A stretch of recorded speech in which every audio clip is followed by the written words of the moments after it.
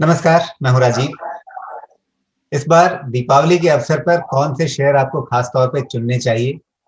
इसके लिए हम विश्लेषकों से पूछ करके आपके पास चुनिंदा नाम ला रहे हैं, विश्लेषकों की राय आपके सामने ला रहे हैं। और इस समय हमारे साथ मौजूद हैं विजय चोपड़ा, जो बताएंगे कि इस दिवाली से अगली दिवाली तक उनके 2 चुनिंदा नाम कौन से हैं। तो विजय जी, स्वागत है आपका। बताइए, कौन से 2 नाम चुनेंगे आप निवेश मंथन के पाठकों दर्शकों के लिए, जो यहाँ से अगले 1 साल में अच्छा मुनाफा दे सकें?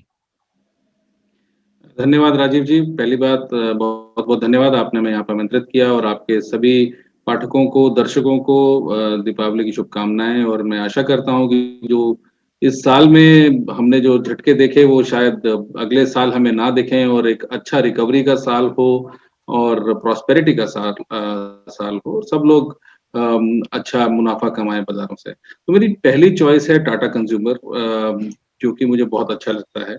टाटा कंज्यूमर टाटा की अग्रणी कंपनी है और कंज्यूमर क्षेत्र में रिटेल कंज्यूमर क्षेत्र में रादर बहुत अच्छा काम करती है। इसके काफ़ी अच्छे ब्रांड्स हैं, टाटा टी, टेटली जैसे ब्रांड्स हैं, इनके पास हिमालयन का जो जो वाटर है वो ब्रांड्स हैं और अब ये धीरे-धीरे अपना प्रोडक्ट पोर्टफोलियो काफ़ी डीपन करते जा रहे हैं, बढ़ाते जा रहे हैं। और नो डाउट इनके जो प्रोडक्ट्स हैं वो काफ़ी हाउसहोल्ड नेम्स हैं और इन हाउसहोल्ड नेम्स में हम कंजम्पशन भी देखते हैं और ये लोगों के ज़बानों पे चढ़े हुए हैं और नो डाउट लोग इसको सालों-साल से कंज़्यूम करते आए हैं। मुझे लगता है कि कुछ एक लीवर्स हो सकते हैं इसकी ग्रोथ के। पहली चीज़ ऑलरेडी ये स्टारबक्स जो है वो इन टाटा की एक कॉफ़ी चेन है। अभी सुनने में आया कि जब कैफ़े कॉफ़ी डे प्रॉब्लम में आया तो टाटा सोच रहे हैं कि इसको एक्वायर किया जाए और स्टारबक्स के साथ विलय किया जाए, तो एक काफ़ी अच्छी सिनर्जी बनती है जहाँ पर इसको ये लोग टेक ओवर कर सकते हैं। एक खबर हम ऑलरेडी देख ही चुके हैं कि टाटा कॉफ़ी जो है जो शेयर होता था, जो कंपनी होती थी, वो भी टाटा कंज्यूमर में जाके विलय हो जाएगी और मुझे लगता है टाटा की एक लॉन्ग टर्म स्ट्रैटेजी है, जिसके चलते जो अपनी जो सब्सिडियरी कंपनीज़ हैं काफ़ी सारी जो कि सिमिलर बिज़नेसेस में हैं, वो एक साथ क्लब करेंगे और इसमें बहुत सारी वैल्यू क्रिएशन होगी। तो काफ़ी अच्छे ग्लोबल ब्रांड्स हैं इनके पास, टेटली जैसे जो जो टाटा कॉफ़ी के ब्रांड्स हैं, 8 o'clock ये मुझे लगता है ग्लोबल स्केल पे भी ये इसको बढ़ा सकते हैं और हम ये सब जानते हैं कि इनके पास खुद अपनी कॉफ़ी प्लांटेशंस हैं जो कि कुशाल नगर में है कर्नाटका में और भी बहुत जगहों पे है और बहुत अच्छा इनके पास लैंड बैंक भी है। जो इसके अभी रिसेंटली जो सीईओ बने थे सुनील डिसूज़ा साहब, इनके पास एक बहुत अच्छा सक्सेस स्टोरीज़ का ट्रैक रिकॉर्ड है। वो कोका कोला में काम कर चुके हैं, हिंदुस्तान लीवर में उनको तजुर्बा है और इसके साथ-साथ व्हर्लपूल में भी काम कर चुके हैं। तो बहुत ही अच्छे तजुर्बे के साथ इनकी जो जो टॉप मैनेजमेंट है वो आई है और बहुत अच्छा डिस्ट्रीब्यूशन में भी उनका एक्सपीरियंस है। तो मुझे लगता है कि आज की क्लोजिंग जो थी स्टॉक की करीब-करीब 492-93 की थी। यदि कोई दिवाली से दिवाली तक लेके रखता है तो मुझे लगता है 600 के पार ये स्टॉक जा सकता है। तो टाटा कंज्यूमर मेरा पहला चॉइस है जो कि मैं रिकमेंड करना चाहूँगा। दूसरा स्टॉक मैं जो बोलना चाहता हूँ वो है नेस्ले। हालाँकि अगर आप नेस्ले के चार्ट्स को देखें तो जब लॉकडाउन के पश्चात एक गिरावट आई थी, जो फरवरी-मार्च में हमने गिरावट देखी, उसके बाद से हमने एक रेगुलर ग्रोथ देखी है इस कंपनी में। उसके कुछ कारण हैं। कारण ये है कि जो इसके ब्रांड्स हैं, देखिए सबसे पहला जो बात है जितने स्ट्रॉन्ग ब्रांड्स हैं इसके मैगी एक बहुत बड़ा ब्रांड है और मैगी का कंजम्पशन हम सब जानते हैं लॉकडाउन के दौरान बहुत बड़ा। दूसरा एक बहुत बड़ा ब्रांड है इनका नेस्कैफे कॉफ़ी और कॉफ़ी की कंजम्पशन भी हमने देखा जब लॉकडाउन में लोग घर रहे हैं तो उनकी कॉफ़ी कंजम्पशन मल्टीपल टाइम्स बढ़ गई। तो मुझे लगता है कि कंजम्पशन बहुत ही क्लासिक कंजम्पशन स्टोरी है और इनके पास बहुत स्ट्रॉन्ग ब्रांड्स हैं जिसके अंदर कॉफ़ी है, इनके पास पाउडर्ड मिल्क हैं, चॉकलेट्स हैं और बहुत अच्छी रेंज है। इसके साथ-साथ मुझे लगता है कि कंपनी की जो स्ट्रेंथ रही कि अपने प्रोडक्शन को बहुत जल्दी रिवाइव कर गए ये। बहुत सारी कंपनीज़ को समय लगा कि वो अपनी प्रोडक्शन रिवाइव ही नहीं कर पाए। मगर जो नंबर्स आ रहे हैं नेस्ले के वो ऑलरेडी अचीव कर चुके हैं प्री कोविड लेवल्स। तो जो जो ये शॉक था वो एब्ज़ॉर्ब कर चुकी है कंपनी पूरी तरीके से और जो सेल्स नंबर्स हैं वो प्री कोविड लेवल्स से ऊपर चल रहे हैं, वो जो कि बहुत ही अच्छी और स्ट्रॉन्ग बात दर्शाती है कंपनी के बारे में। एक और बात मैं कहना चाहता हूँ, हालाँकि जब आप इसकी प्राइस टू अर्निंग देखें तो 79 के करीब दिखती है। जो कि एक्सपेंसिव लगता है देखने में। जो विश्लेषक हैं वो बोलते हैं कि 79 का पी बहुत एक्सपेंसिव स्टॉक हो जाता है, मगर इसको बैलेंस आउट जो करता है, इनके पास करीब करीब 2300 करोड़ रुपए का कैश है, जो कि ये लोग डिप्लॉय करना चाहते हैं आगे आने वाले प्रोडक्ट लाइन्स में और डिस्ट्रीब्यूशन में और आगे R&D में।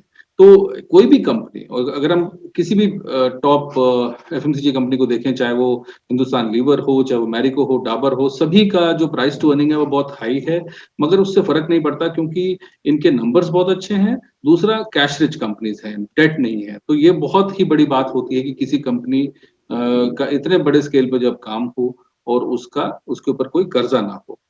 अभी जो नए उनके फॉर्मेट्स आने वाले, जो नए प्रोडक्ट लॉन्चेस होने वाले हैं, ये लोग पेट फूड्स में अभी कुछ प्रोडक्ट्स लेके आना चाहते हैं, और उसके ऊपर हम बहुत जल्दी देखेंगे कि ये पेट फूड में आ रहे हैं, जहां पर पेडिग्री जैसी कंपनीज ऑलरेडी हैं। तो नेस्ले का जो डिस्ट्रीब्यूशन नेटवर्क है वो उसको इस्तेमाल करेंगे और पेट फूड्स में लेके आएंगे। दूसरी जो कैटेगरी ये लोग लॉन्च करने वाले हैं वो हेल्थ प्रोडक्ट्स और न्यूट्रिशन के आसपास काफी सारे प्रोडक्ट्स लेके आएंगे। अभी भी इनके पास बहुत अच्छे प्रोडक्ट्स हैं हेल्थ को लेके। अगर जैसे हमारे सभी के घरों में जब बच्चे पैदा हुए तो हमने सबने 9-1, 9-2, 9-3 दिया, जो हर बच्चे को दिया जाता है मेरे हिसाब से। तो कहीं ना कहीं एक बहुत ही घरेलू और बहुत ही डीप रूटेड प्रोडक्ट लाइंस हैं इनकी, जो कि हर घर में इस्तेमाल होती हैं, और आगे आने वाले समय में ये न्यूट्रिशन बेस्ड काफी प्रोडक्ट रेंजेस लेके आना चाहते हैं। और हम सब जानते हैं कि चॉकलेट से लेके बहुत सारे इनके प्रोडक्ट लाइंस हैं जो कि हम सब बहुत पसंद करते हैं। तो मुझे लगता है कि ये कॉम्बिनेशन होगा, जो ऑलरेडी एग्जिस्टिंग सेल्स हैं जो जो बढ़ रही हैं, प्लस जो नए प्रोडक्ट्स हैं, वो कहीं ना कहीं इनके बैलेंस शीट को, टॉप बॉटम लाइन को ऐड ऑन करेंगे। और इसके साथ साथ जो मुझे लगता है कॉफी डिमांड जो है वर्क फ्रॉम होम कल्चर की वजह से वो बहुत बड़ी है ग्लोबली। तो कॉफी जो इनका नेस्कैफे है वो एक बहुत ही होम ग्रोन और बहुत ही चहेता ब्रांड है। तो this should also grow in the times to come. आज का नेस्ले का क्लोजिंग प्राइस करीब करीब 17,100 के करीब था। मुझे लगता है साल भर में 20,000 के स्तर तक जा सकता है। तो नेस्ले और टाटा कंज्यूमर, ये दो स्टॉक्स पर कमेंट करना चाहूंगा राजीव जी। यहाँ पर पहले टाटा कंज्यूमर की बात करें तो 2017 के बाद से इसने एक अलग तरह का मोमेंटम पकड़ा, लेकिन उस मोमेंटम के बीच में हम ये भी देखते हैं कि बड़ी तेज उठापटक होती है, मतलब बड़ी तेजी से चढ़ता है और फिर बीच में बड़ी तेजी से गिरता भी है। तो क्या ये आप कहेंगे कि जो रिस्क टेकिंग एबिलिटी जिसके पास हो वैसे ही निवेशकों को इसकी तरफ हाथ बढ़ाना चाहिए, या आप कहेंगे कि नहीं, कोई भी अपने पोर्टफोलियो में से रख सकता है? मैं कहूंगा कि जिसकी भी मीडियम एपिटाइट है राजीव जी, देखिए स्टॉक मार्केट में नो डाउट वही लोग आते हैं जिनकी थोड़ी एपिटाइट होती है रिस्क की, अदरवाइज तो लोग FD कराते हैं। मगर नो डाउट देखिए इसमें हमें कंफर्ट कहाँ से मिलता है? सबसे पहले कि एक टाटा ब्रांड है, टाटा कंपनी है। टाटा अपने आप में एक दिग्गज इस देश के बिजनेस हाउस हैं, और टाटा का नाम जुड़ते ही कहीं ना कहीं में बहुत सिक्योरिटी महसूस होती है, क्योंकि टाटा एक बहुत ही फेयर बिजनेस करते आए हैं पिछले मुझे लगता है 100-150 सालों से। हाँ, नो डाउट इसके अंदर बहुत तेज गिरावट देखी हमने, मगर अगर आप देखें मार्केट्स में भी वॉलेटिलिटी रही, और अगर आप 2018 के बजट के बाद से देखें, तो मुझे लगता है कि अगर 10-15 स्टॉक्स को छोड़ दिया जाए तो बहुत सारे दूसरे स्टॉक्स आप नहीं गिन पाएंगे जहां पर आपको बहुत ज्यादा तेजी देखने को मिली हो या बहुत अच्छे से वो आगे बढ़ पाए हों। मगर अच्छी बात यह है कि जो कंसोलिडेशन मूव किया है टाटास ने, और अब ये जो विलय हुआ है टाटा कॉफी का, और इनकी जो काफी नेचुरल सिनर्जीज हैं, इनके पास बैकवर्ड और फॉरवर्ड दोनों इंटीग्रेशन है, ग्लोबल ब्रांड्स हैं स्टारबक्स जैसे। तो मुझे लगता है कहीं ना कहीं ये एक मल्टी बैगर है, और कोई लंबे समय तक इसको रखना चाहे 10-20 सालों तक, संभावना ये है कि आपको ये 2-3 हजार का भी होते हुए दिखेगा। तो मैं तो बहुत लॉन्ग टर्म में बुलिश हूँ टाटा कंज्यूमर पे, और मुझे लगता है कि इंडिया की क्लासिक कंजम्पशन स्टोरी में जैसे नेस्ले मैंने बोला, उसी प्रकार का एक स्टॉक ये भी बनेगा, हिंदुस्तान लीवर नेस्ले जैसा। जी, आप कह रहे हैं लंबी अवधि में शायद 2000 तक भी चला जाए, लेकिन अभी एक साल में अगली दिवाली तक कहाँ देख रहे हैं इसे? मुझे लगता है राजीव जी, अगर अगेन एक कैवियट है कि हमें कोई ग्लोबल जैसे second wave, third wave corona की ना आए, और हम कोई बाजार में बहुत बड़ा डाउन साइड ना देखें, तो आपको ये 600 के लगभग जाता हुआ दिखेगा। तो एक अच्छा ग्रोथ यहाँ से भी 600-610 तक ये स्टॉक दिखा सकता है। मुझे लगता है कि काफी स्टेबल रहना चाहिए, अब इसमें कोई मेजर गिरावट नहीं दिखाई देती मुझे। जी, और इसी तरह से आपने नेस्ले के लिए लगभग 20,000 तक का लक्ष्य दिया, यहाँ मौजूदा लगभग 17,000 के स्तरों के आसपास से। तो यहाँ भी एक कहानी ये दिखती है कि मार्च में जब सारे बाजार में गिरावट आई थी, उसके बाद सबसे तेजी से वापसी करने वाले शेयरों में नेस्ले था, लेकिन उसके बाद फिर ये थोड़ा सा एक रेंज बाउंड मूवमेंट या थोड़ा सा नीचे की तरफ इसका एक चैनल बनता हुआ नजर आया। अब ये उससे थोड़ा बाहर निकल रहा है, तो क्या ब्रेकआउट हो चुका है आपकी नजर में या ब्रेकआउट होने वाला है अभी?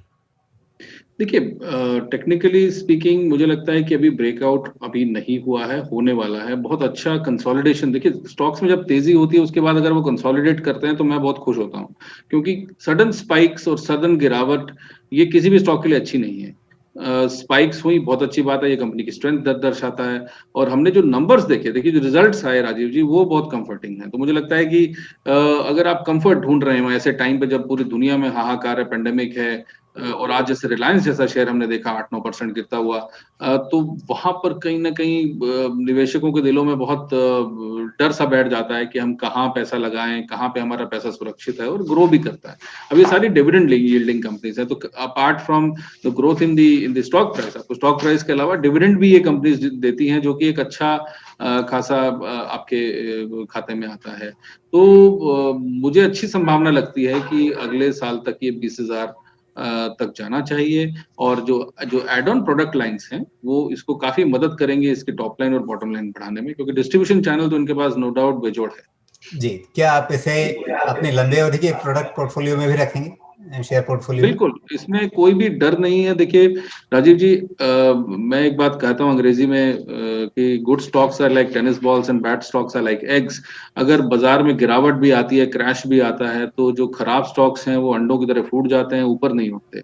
मगर अच्छे स्टॉक टेनिस बॉल्स की तरह होते हैं, तो वो नीचे तो गिरते हैं मगर बहुत तेजी से वापस आते हैं, तो नुकसान नहीं होता। अगर आप लंबी अवधि तक देखें तो लोग पैसा बना के निकलते हैं। अगर इसका डिविडेंड प्लस स्टॉक ग्रोथ देख लें तो मुझे लगता है at the end of the year किसी भी निवेशक के 12-15% साल के बनते रहते हैं, और जो कि एक अच्छा रिटर्न है। जी विजय जी, इन दोनों शेयरों को लेकर के आपका अपना कोई डिस्क्लोजर? दोनों ही शेयर मेरे पर्सनल पोर्टफोलियो में तो नहीं है, मगर हाँ, हम निवेशकों को जरूर बताते हैं। जी विजय जी, आपने समय निकाला इस बातचीत के लिए और हमारे दर्शकों पाठकों के लिए दिवाली से दिवाली तक के ये दो खास नाम चुन करके बताए। आपका बहुत बहुत धन्यवाद। Thank you.